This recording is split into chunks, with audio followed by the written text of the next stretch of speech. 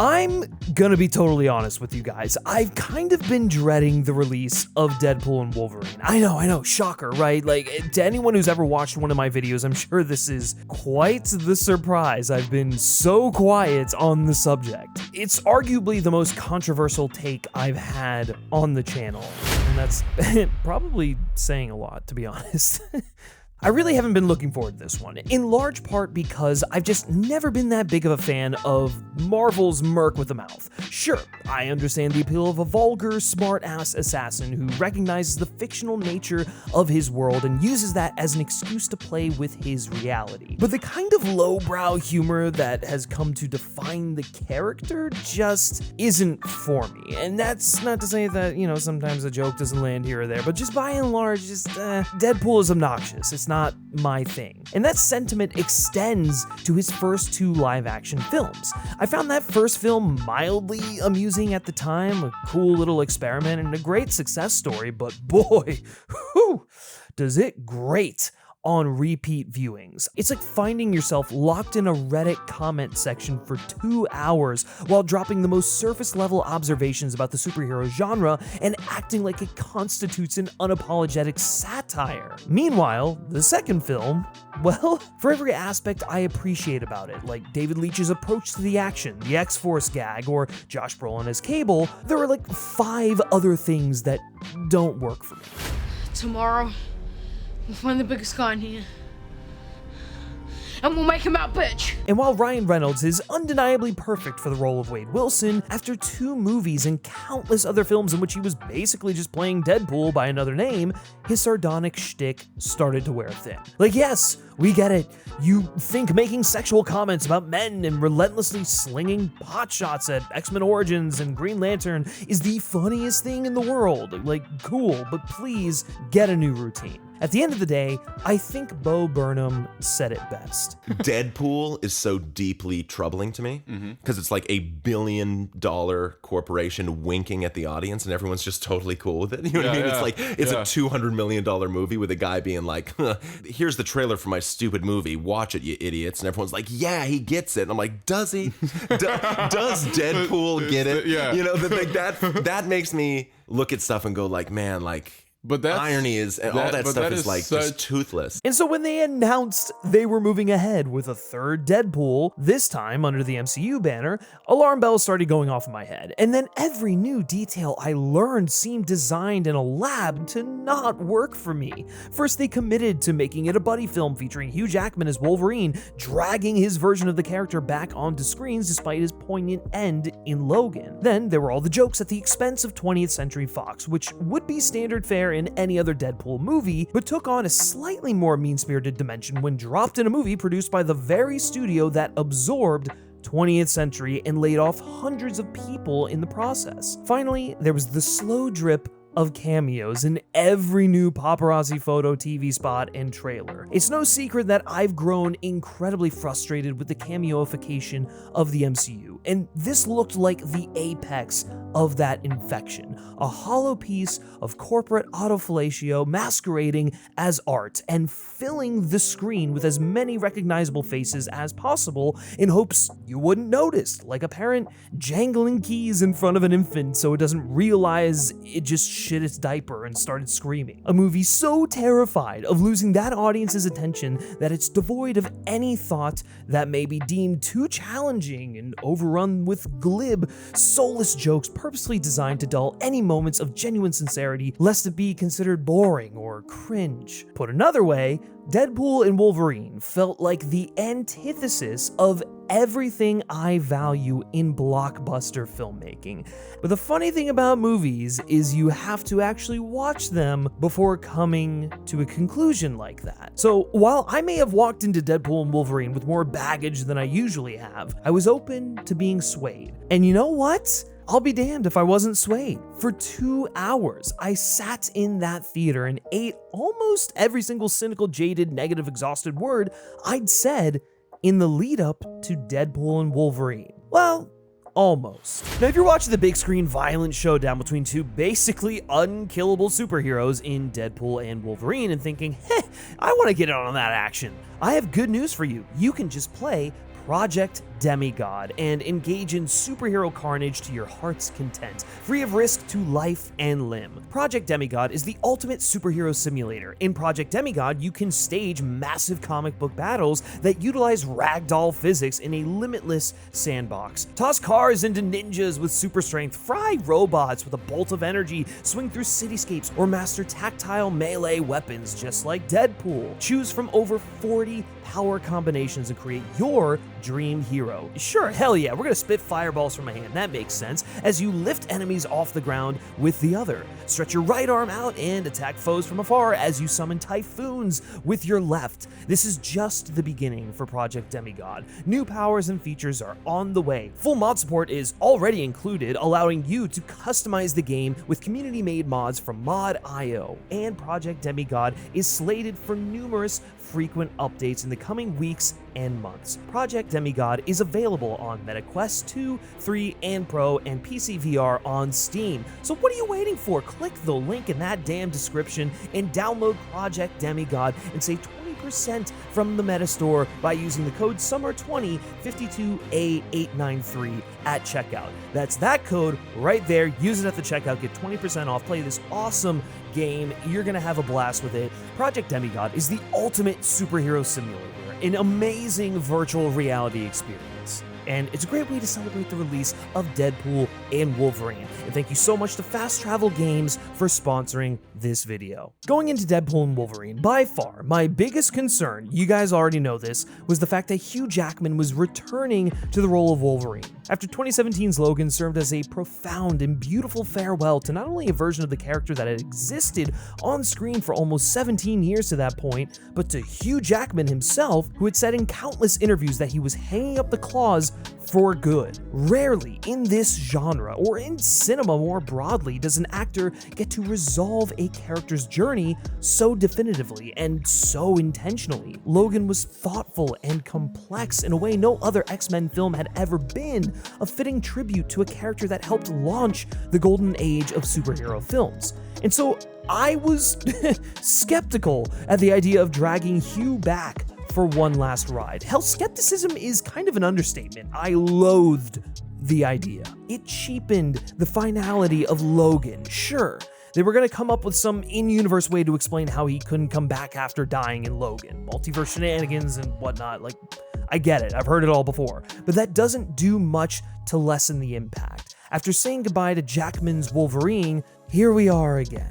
This icky feeling wasn't helped much by the fact that James Mangold himself, the director of Logan and the Wolverine, basically came out and said he didn't think it was the best idea. And it's not hard to imagine why. Logan is a film in which a crude facsimile of Logan's younger self is carted out by a cynical corporation and used as a pawn to advance their agenda. The parallels to what Disney was doing in bringing the character back for this movie are hard to miss. What's more, every interview with the filmmakers seemed to suggest they didn't really have much of a rationale for doing all of this beyond it being cool and, like, friendship and, like, sick and a missed opportunity. Seriously, his big reason for coming back to the character seems to have been, I wanted to wear the costume.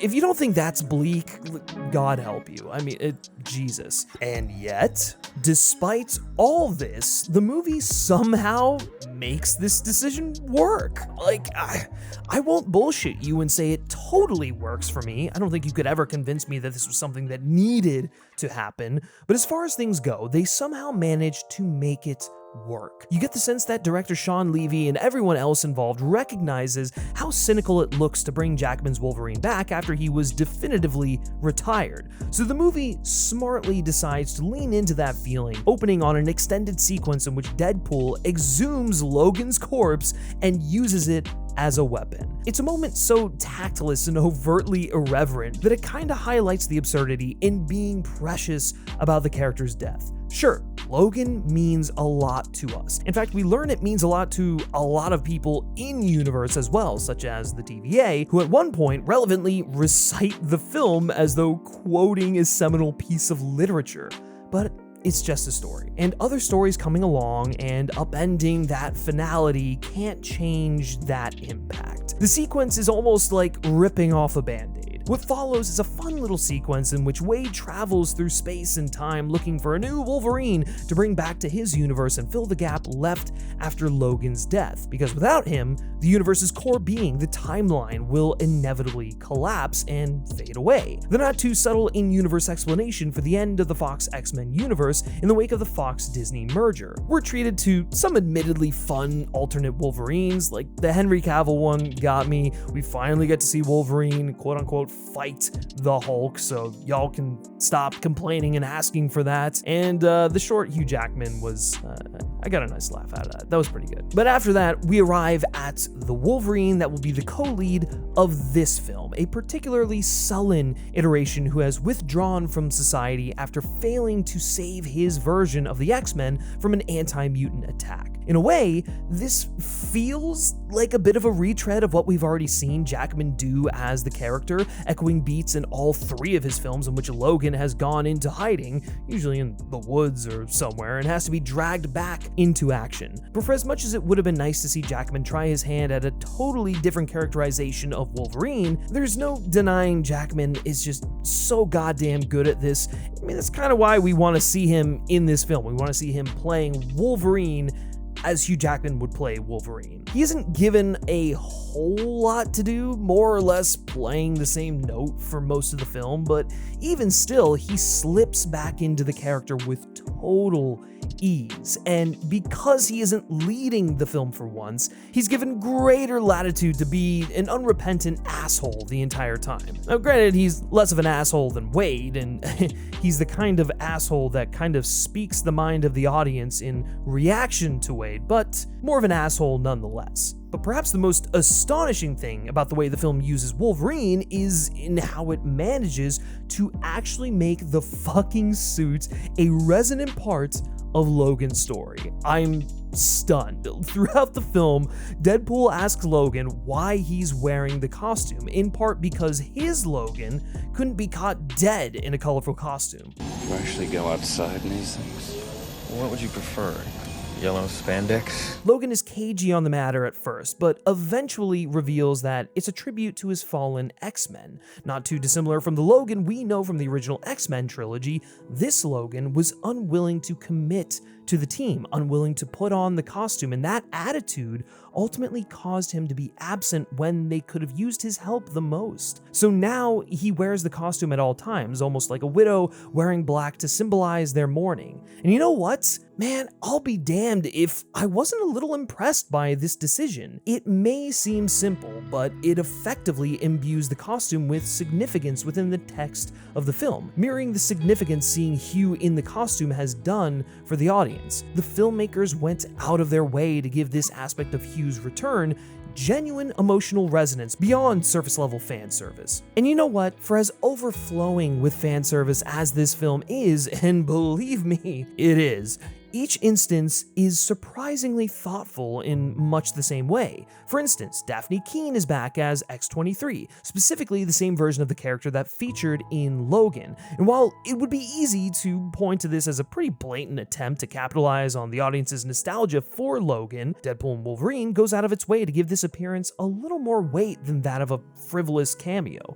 Not only do we get to see what became of X-23 after Logan's death, witnessing how her experience with Logan shaped her, but we get to see her repay the kindness he showed her, providing words of affirmation to this alternate version of Wolverine during a moment of emotional vulnerability and ultimately inspiring him to get back into the fight. It's not a whole lot, and that's symptomatic of a larger issue I have with cameos in the film, but, you know, we'll get to that in a little bit. At the very least, the film adds some dimension to what could otherwise have just been another meaningless cameo. The same can be said for what was one of my other major concerns going into the film, the handling of the 20th Century Fox merger. I think it's safe to say we all kind of expected Fox to be a bit of a punching bag in this film, such as the nature of the Deadpool movies, and typically I'd have no issue with that. Sure, you can't expect a studio to make a meaningful critique of the studio system, but there's at least something a little cathartic about watching a man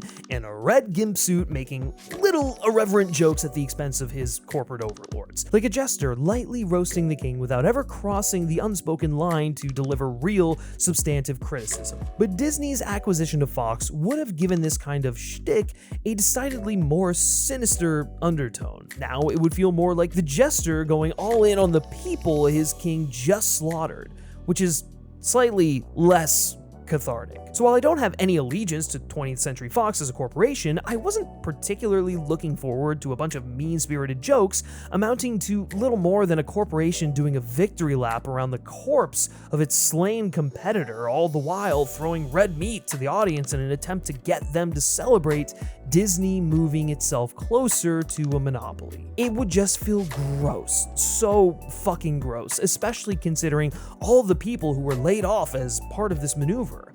But again, to the film's credit, there's actually very little of this kind of gloating. Deadpool and Wolverine is without a doubt designed to be a farewell to the Fox X-Men universe. But rather than pissing on its grave, the film takes this concept in a remarkably sincere direction. In a meta sense, it's a film about Marvel Studios wrestling with what to do with these films. Over the past few years, we've seen the MCU toying with the idea of integrating these films into their wider canon. In WandaVision, we got Evan Peters as not quite Quicksilver. In fact, it was Ralph Bohner, but you know, whatever. In Multiverse of Madness, we get the return of Patrick Stewart as an alternate version of Professor X, and so on.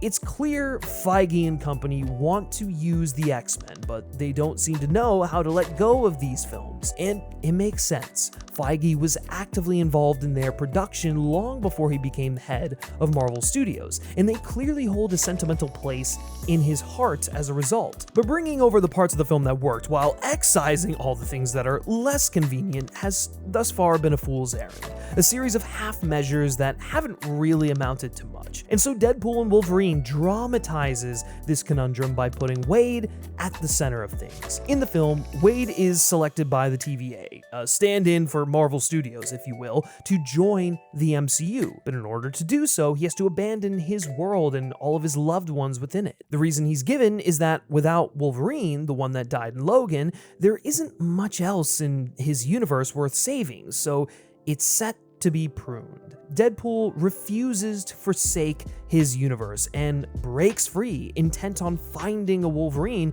who can slot into his universe and spare it from pruning. It's not hard to see how this maps on to Marvel's approach to incorporating select elements from the Fox films into the MCU.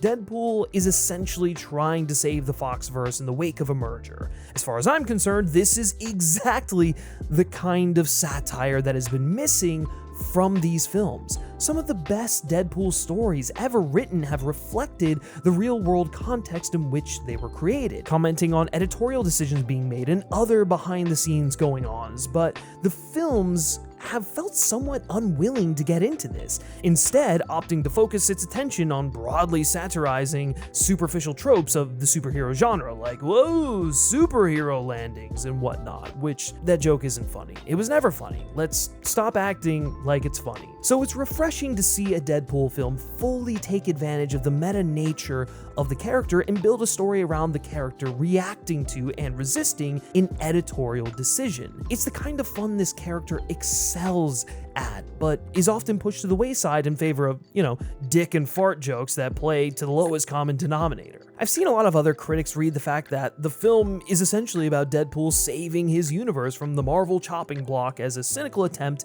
at brand management by Disney, essentially using the film as a vehicle to wring any residual nostalgia out of its newly acquired toys before discarding them forever and rebooting the X-Men within their proper franchise. And it's hard to disagree with this reading. I get it, although it feels a little bad faith. Because for as much as Deadpool and Wolverine is a showcase for all of Marvel's new toys, it's more than just that. It's ultimately a celebration of the Fox era of Marvel, a tribute to the franchise that launched the era of superhero films we're still living through, and it's that sincerity that saves the film for me. nowhere is this more evident than in the three most substantial cameos in the film: Wesley Snipes' Blade, Jennifer Garner's Elektra, and Channing Tatum's Gambit. A reference to the Gambit movie he was attached to that languished in development hell for years at Fox, and the kind of brilliant, wacky cameo that plays to people with a knowledge of Marvel. It honestly reminded me of the weird variant kind of thing that Spider-Verse would do, so it was cool to see that. Much like X-23, these characters are given a little more to do than your typical cameo. They embody the spirit of the film's tribute to the Fox universe. Like Deadpool, each of these characters was pruned for refusing to accept that their universe had to die, and now they exist in the void, a kind of limbo space ruled by the villain of the film, Cassandra Nova. They're essentially what will become of Deadpool if he fails to get out of the void and stop Mr. Paradox and the TVA, a collection of rejects stranded on the island of misfit toys. But rather than making a mockery of these characters for how antiquated they are, we're invited to empathize with them. In realizing that their universes are finished, they simply seek an ending to their stories, and the movie gives them that ending. Yes, these characters came from films that varied widely in quality or never even existed in the first place, but they are a part of the fabric of the genre and have value. The genre wouldn't be what it is today without these key pieces, and are just as worthy of our appreciation as any other characters, some of the more popular characters. If I had to sum the movie up in a sentence, I would say that Deadpool and Wolverine is about finding your purpose no matter how much of a lost cause you feel you are. And to that end, there's something unexpectedly heartfelt about getting to see these long abandoned versions of these characters going out on their own terms. However, for as well as these characters work as the embodiment of this theme, where I struggle a bit with them is how they function as individual characters. In the macro, they're incredibly effective, but we never get a chance to understand them as characters beyond that function. Take a film like Into the Spider-Verse, which also has a bunch of characters from alternate universes forming a team together. Not only do these characters serve the broader themes of the story as a collective, but they also function as individual characters with their own stories and arc. Unfortunately, that isn't really the case in Deadpool and Wolverine. We get little moments of characterization, like the scene with Logan and X-23 by the campfire, but these don't really go anywhere beyond simply informing Wolverine's arc, and it sadly leaves X-23 someone who is basically having a second chance at a conversation with a father that was dead to her up until that moment, feeling a bit half-baked as a character. And the same goes for the others. We get no sense of what Elektra, Gambit, or Blade think and feel beyond their desire to end their stories. How does Elektra feel about Matt being gone? How does Blade feel about being unceremoniously ripped from his world? We never get any insight into who any of these characters are at this moment, and so they feel like hollow shells of individual characters. It leaves them feeling a bit like props, effectively utilized props, but props nonetheless. Look, if it wasn't already clear, Deadpool and Wolverine is far from a perfect movie. It also, strangely, ends on a bit of an anticlimax, building the third act action set piece around a fight between Deadpool, Wolverine, and a horde of alternate universe Deadpools rather than the big climactic battle with the pruned heroes, which feels infinitely more climactic, not to mention more thematically resonant. And while Deadpool's signature humor is significantly less grating, thank God, than it has been in previous films, in large part because it's counterbalanced by Wolverine, who finds Wade just as annoying as everyone in the audience who isn't a Deadpool mega fan, it still gets a little old after the 57th joke about being turned on by the violence or whatever. I mean, there's so much thrown at you that half of it just, you become numb to it, and that, I mean, I don't know. Sometimes there's zingers, but 90% of the time it's just white noise. But what can I say? I mean, I'm as shocked as you all probably are hearing me say this, but it worked for me despite every conceivable roadblock placed in its way. It's fucking funny, man, and that post-credit scene is so goddamn good. Evans is hilarious. This is probably the first time one of these Deadpool movies hasn't felt like it's trying too hard to be cool, and that lack of pretension is genuinely infectious. This film might not be for everyone. Lord knows I get that more than most when it comes to this franchise, but they finally made a Deadpool movie I can say I unabashedly enjoyed despite its flaws, and that ain't half bad.